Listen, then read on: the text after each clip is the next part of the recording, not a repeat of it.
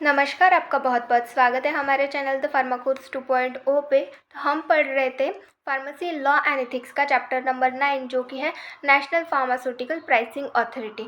इस चैप्टर का कुछ टॉपिक हमने लास्ट लेक्चर में कवर कर लिया है। अगर आपने वो लेक्चर नहीं देखा होगा तो आप हमारे चैनल पर जाकर देख सकते हैं।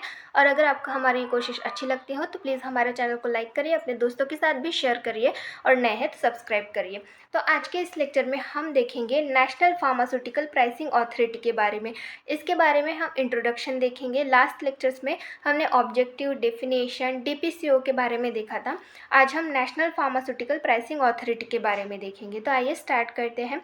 National pharmaceutical pricing authority NPPA मतलब national pharmaceutical pricing authority is a regulatory authority of government of India.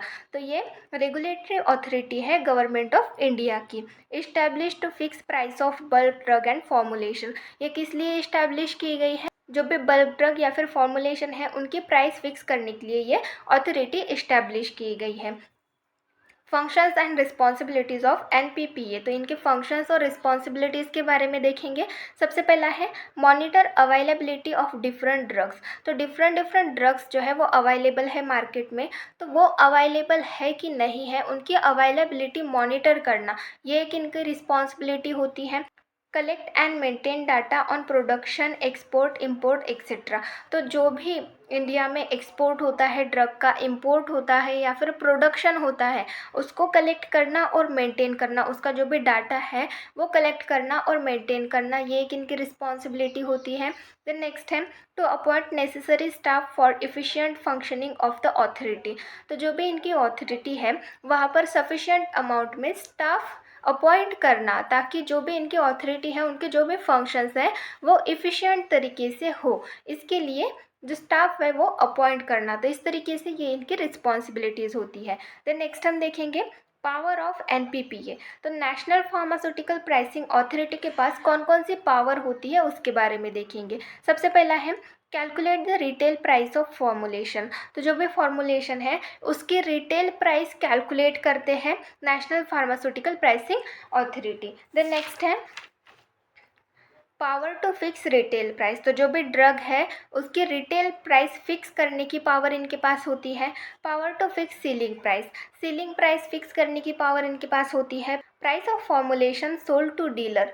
तो कोई भी डीलर है उसको जो भी फॉर्मुलेशन है वो कितने प्राइस में बेचना है, ये प्राइस भी कौन फिक्स करता है? National pharmaceutical pricing authority fix करती है। Maintain of records and production of inspection. तो जो भी रिकॉर्ड्स है उनको मेंटेन करके रखना और इंस्पेक्शन लेना, ये भी पावर किसके पास होती है? नेशनल फार्मास्यूटिकल प्राइसिंग अथॉरिटी के पास होती है। तो इस तरीके से ये पावर्स हो गए NPPA के। देन नेक्स्ट हम देखेंगे sale prices of bulk drug. तो बल्क ड्रग के जो भी सेल प्राइसेस हैं वो किस तरीके से रेगुलेट किए जाते हैं, कौन रेगुलेट करते हैं, उनके बारे में देखेंगे। Government has power to fix the maximum sale price. तो मैक्सिमम सेल प्राइस फिक्स करने की पावर किसके पास है? गवर्नमेंट के पास है। While fixing the sale price government shall take into following consideration. तो जब भी गवर्नमेंट सेल प्राइस फिक्स करता है तो यहाँ पर हमें कुछ चीज़ें दी गई हैं, उन चीज़ों को कंसिडर करके ही गवर्नमेंट किसी भी बल्क ड्रग की प्राइस फिक्स करता है। तो उनके बारे में देखेंगे। सबसे पहला है post tax return of 14% on net worth. तो पोस्ट टैक्स रिटर्न कितना है? 14%। टोटल नेटवर्थ पे जो भी पोस्ट टैक्स रिटर्न होगा वो कितना होगा? 14%। ये एक चीज़ कंसिडर करते हैं। Return of 22% on capital employed. तो जितनी भी कैपिटल एम्प्लॉयड होती है उसका कितना रिटर्न होता है? 22%। देन नेक्स्ट है at the time of production of drug manufacture fill detail in form 1 and give necessary information to government with in 15 days. तो जब भी कोई भी मैन्युफैक्चरर प्रोडक्शन कर रहा है किसी भी ड्रग का, तो उस कंडीशन में उसने वो डिटेल्स, जो भी ड्रग वो प्रोड्यूस कर रहा है तो उस ड्रग के रिलेटेड वो इन्फॉर्मेशन जो है, वो डिटेल जो है वो फॉर्म 1 में उनको फिल करनी पड़ती है। And give necessary information to government with in 15 days. और 15 डेज़ के अंदर उनको गवर्नमेंट को नेसेसरी इन्फॉर्मेशन प्रोवाइड करनी पड़ती है। देन नेक्स्ट है make necessary inquiry and then government fix maximum sale price of bulk drug and noted in official gadget.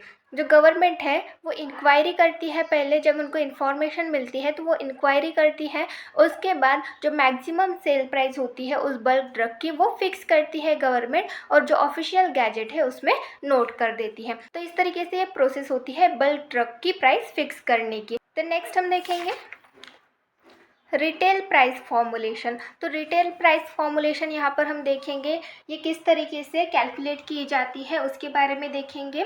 The retail price formulation shawl be calculated by the government in accordance with the following formula. तो जो retail price होती है formulation की वो कौन calculate करते हैं? Government calculate करता है in accordings with the following formula. तो यहाँ पर हमें फार्मूला दिया गया है, उसके अकॉर्डिंग गवर्नमेंट जो फॉर्मूलेशन की प्राइस होती है वो फिक्स करते हैं। तो उनके बारे में देखेंगे, उस फॉर्मूले के बारे में देखेंगे। RP is equal to MC plus CC plus PM plus PC into in bracket 1 plus MAPE divided by 100 plus ED। तो इस तरीके से ये फॉर्मूला है। इस फॉर्मूला के अकॉर्डिंग जो गवर्नमेंट है वो रिटेल प्राइस फॉर्मूलेशन की फिक्स करती है। तो इनका मीनिंग क्या होता है, RP मतलब क्या होता है, MC मतलब क्या होता है, ये सारी चीज़ें हम यहाँ पर देखेंगे। Where RP means retail price, RP मतलब क्या होता है, retail price. MC means material cost, जो भी मटेरियल है, कितना मटेरियल लगा उस बल्क ड्रग को फॉर्म करने के लिए, प्रोड्यूस करने के लिए, उसकी कॉस्ट देखी जाती है। CC conversion cost, conversion cost मतलब मैन्युफैक्चरिंग के टाइम उस मेडिसिन को कन्वर्ट किया गया है, उसका कन्वर्जन किया गया है, तो उस कंडीशन में उसका कॉस्ट कितना आया वो देखा जाता है। PM cost of packaging material, तो पैकेजिंग के टाइम जो भी पैकेजिंग मटेरियल है उसका कॉस्ट कितना आया है। PC पैकिंग चार्जेस, तो पैकिंग चार्जेस कितने लगे हैं वो चीज़ देखी जाती है। MAPE मतलब क्या होता है, maximum allowable post manufacturing expenses, तो पोस्ट मैन्युफैक्चरिंग एक्सपेंसेस कितने लगे हैं वो देखा जाता है। ED एक्साइज ड्यूटी, तो ये सारी चीज़ें जो है वो चेक की जाती है, ये सारी चीज़ें देखी जाती है, उसके अकॉर्डिंग फिर रिटेल प्राइस जो है वो फिक्स की जाती है। तो ये फॉर्मूला होता है रिटेल प्राइस का। देन नेक्स्ट हम देखेंगे retail price of schedule formulation. तो शेड्यूल फॉर्मूलेशन की रिटेल प्राइस किस तरीके से फिक्स की जाती है, कौन फिक्स करते हैं, उनके बारे में देखेंगे। Government fix the retail price of schedule formulation. तो शेड्यूल फॉर्मूलेशन की जो प्राइस होती है, रिटेल प्राइस होती है, वो कौन फिक्स करता है, गवर्नमेंट फिक्स करते हैं। Price once fixed can not be increase by manufacturer without prior approval of government. तो अगर प्राइस एक बार फिक्स हो गई तो जो मैन्युफैक्चरर है वो उसको बढ़ा नहीं सकता without prior approval of government. तो गवर्नमेंट के अप्रूवल के बिना जो भी मैन्युफैक्चरर है वो प्राइस को बढ़ा नहीं सकता, जो प्राइस होती है वो फिक्स की जाती है। देन नेक्स्ट है application for revision of retail price should be submit in form 3 and 4। अगर मैन्युफैक्चरर चाहता है कि जो भी प्राइस है वो रिवाइज हो तो उस कंडीशन में जो भी फॉर्म 3 और फॉर्म 4 होता है उसमें वो इंफॉर्मेशन सबमिट कर सकता है, एप्लीकेशन भेज सकता है गवर्नमेंट को। From date of receive of complete information government fix price within 2 month. तो जो भी डेट, जिस डेट पे रिसीव गवर्नमेंट को मिली है कंप्लीट इन्फॉर्मेशन की, जो भी ड्रग है उसकी सारी इन्फॉर्मेशन की डिटेल जिस डेट पे उनको मिली है उस डेट से लेके विद इन 2 मंथ्स में गवर्नमेंट जो है उस ड्रग की प्राइस फिक्स करते हैं। Without approval of government manufacturer should not increase retail price of drug and should not marketed new formulation. तो गवर्नमेंट के अप्रूवल के बिना कोई भी मैन्युफैक्चरर रिटेल प्राइस ड्रग की इंक्रीज नहीं कर सकता और साथ में कोई भी न्यू फॉर्मूलेशन जो है वो मार्केट में लॉन्च नहीं कर सकता। तो इस तरीके से ये कुछ रूल्स रेगुलेशंस होते हैं। देन नेक्स्ट हम देखेंगे ceiling price of schedule formulation. तो सीलिंग प्राइस किस तरीके से फिक्स की जाती है शेड्यूल फॉर्मूलेशन की, उनके बारे में देखेंगे।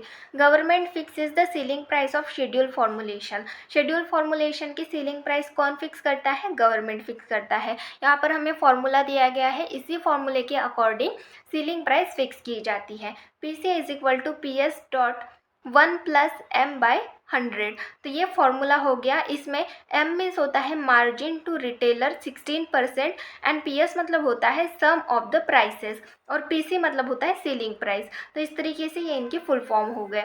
Ceiling price for formulation include those sold under generic name. तो सीलिंग प्राइस जो होती है वो ऐसे फॉर्मूलेशन के लिए होती है जो कि जेनेरिक नेम के अंडर बेचे जाते हैं, सेल किए जाते हैं। तो ऐसे फॉर्मुलेशन के लिए सीलिंग प्राइस का यूज़ किया जाता है। देन नेक्स्ट हम देखेंगे फार्मास्यूटिकल पॉलिसी 2002। तो फार्मास्यूटिकल पॉलिसी के बारे में देखेंगे, इसके ऑब्जेक्टिव्स क्या होते हैं, ये सारी इन्फॉर्मेशन देखेंगे। Pharmaceutical Policy 2002. The pharmaceutical policy is the government's policy related to drug and pharmaceutical sector. तो pharmaceutical policy ये गवर्नमेंट की पॉलिसी है जो कि ड्रग और फार्मास्यूटिकल सेक्टर से रिलेटेड होती है। तो इसके ऑब्जेक्टिव्स देखेंगे, ये जो पॉलिसी है ये किस लिए बनाई गई है, इसका उद्देश्य क्या है, उसके बारे में देखेंगे। सबसे पहला है ensuring abundant availability of good quality of drug eight reasonable price. तो जो ड्रग्स होते हैं वो एक अच्छी क्वालिटी में और एक रिजनेबल प्राइस में अवेलेबल हो, वो भी अबंडेंट अमाउंट में, ये इंश्योर करने के लिए ये पॉलिसी बनाई गई है। देन नेक्स्ट है strengthening the capabilities for cost effective production of quality drug. तो एक कॉस्ट इफेक्टिव प्रोडक्शन मतलब ज़्यादा पैसे भी ना, ज़्यादा खर्चा भी ना आए और एक हाई क्वालिटी का ड्रग जो है वो हम बना सकें, ऐसी कैपेसिटी बनाना, ये एक इसका ऑब्जेक्टिव हो गया। देन नेक्स्ट है creating and encouraging environment and a good network for introduction of new drug. कोई भी न्यू ड्रग बना है तो उसको इनकरेज करे, ऐसा एक इन्वायरमेंट क्रिएट करना और एक गुड नेटवर्क प्रोड्यूस करना कोई भी न्यू ड्रग बना है उसके लिए। तो ये एक ऑब्जेक्टिव हो गया। Encouraging export of drug by reducing barriers. तो बैरियर्स को कम करके जो भी एक्सपोर्ट होता है ड्रग्स का वो उसको इनकरेज करना, ये एक इसका ऑब्जेक्टिव हो गया। Promote rational use of pharmaceuticals. जो फार्मास्यूटिकल्स होते हैं उनका सही यूज़ हो, रैशनल यूज़ हो, ये चीज़ प्रोमोट करना, ये एक इसका ऑब्जेक्टिव हो गया। देन नेक्स्ट है strengthening the system of quality control of drug. तो जो क्वालिटी कंट्रोल की सिस्टम होती है उसको स्ट्रेंथन करना, ये एक ऑब्जेक्टिव हो गया इस पॉलिसी का। Encouraging R&D ventures in pharmaceutical sector. तो फार्मास्यूटिकल सेक्टर में रिसर्च एंड डेवलपमेंट को इनकरेज करना ताकि और नए नए तरीके के ड्रग्स जो है वो मैन्युफैक्चर कर सके, वो मार्केट में लॉन्च कर सके, इसलिए जो रिसर्च एंड डेवलपमेंट है इस फील्ड को इनकरेज करना, ये इस पॉलिसी का एक ऑब्जेक्टिव हो गया। तो इस तरीके से ये फार्मास्यूटिकल पॉलिसी होती है, ये इनके ऑब्जेक्टिव्स होते हैं। देन नेक्स्ट हम देखेंगे national list of essential medicine NLEM। तो नेशनल लिस्ट देखेंगे इसेंशियल मेडिसिन की, यहाँ पर हम देखेंगे कौन कौन से मेडिसिन इसमें इंक्लूड होते हैं।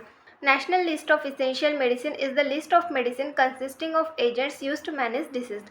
तो national list of essential medicine ये ऐसे मेडिसिन की लिस्ट है जिसमें ऐसे एजेंट्स इंक्लूड होते हैं जो कि डिसीज कंडीशन को मैनेज करते हैं, ट्रीट करने के लिए यूज़ किए जाते हैं। Recently India launch its 5th edition in September 2022। तो रिसेंटली हमारे इंडिया में जो national list of essential medicine है इसका 5th एडिशन लॉन्च हुआ है सितंबर 2022 में।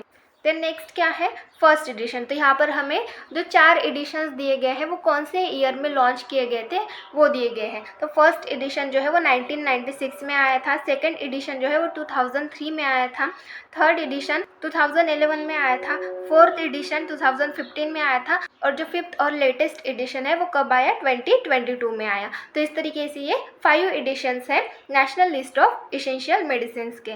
तो नेक्स्ट हम देखेंगे following is the list of drug include in NLEM। तो यहाँ पर हमें ड्रग्स की लिस्ट दी गई है जो कि national list of essential medicine में इंक्लूड है। तो यहाँ पर हमें डिसऑर्डर्स दिए गए हैं और उनसे रिलेटेड जो भी ड्रग्स हैं उनके बारे में दिए गए हैं। तो सबसे पहला है बाइपोलर डिसऑर्डर। इसमें जो ड्रग्स आते हैं, इस कंडीशन में जो ड्रग्स यूज़ किए जाते हैं वो है fluoxetine, lithium, carbamazepine. Then next है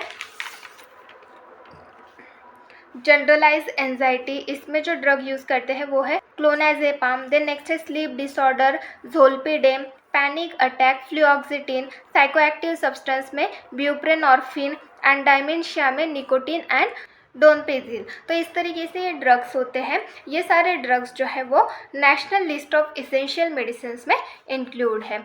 तो इस तरीके से ये ड्रग्स होते हैं। जैसे यहाँ पर हमने देखा कि प्राइस किस तरीके से फिक्स करते हैं, कौन से फार्मूलाज यूज़ करते हैं, कौन फिक्स करते हैं, तो ये सारी चीज़ें हमने इस चैप्टर में देखी। तो इस तरीके से सारे टॉपिक इस चैप्टर के हमने कंप्लीट कर लिए। नेक्स्ट लेक्चर में नेक्स्ट चैप्टर स्टार्ट करेंगे। Thank you.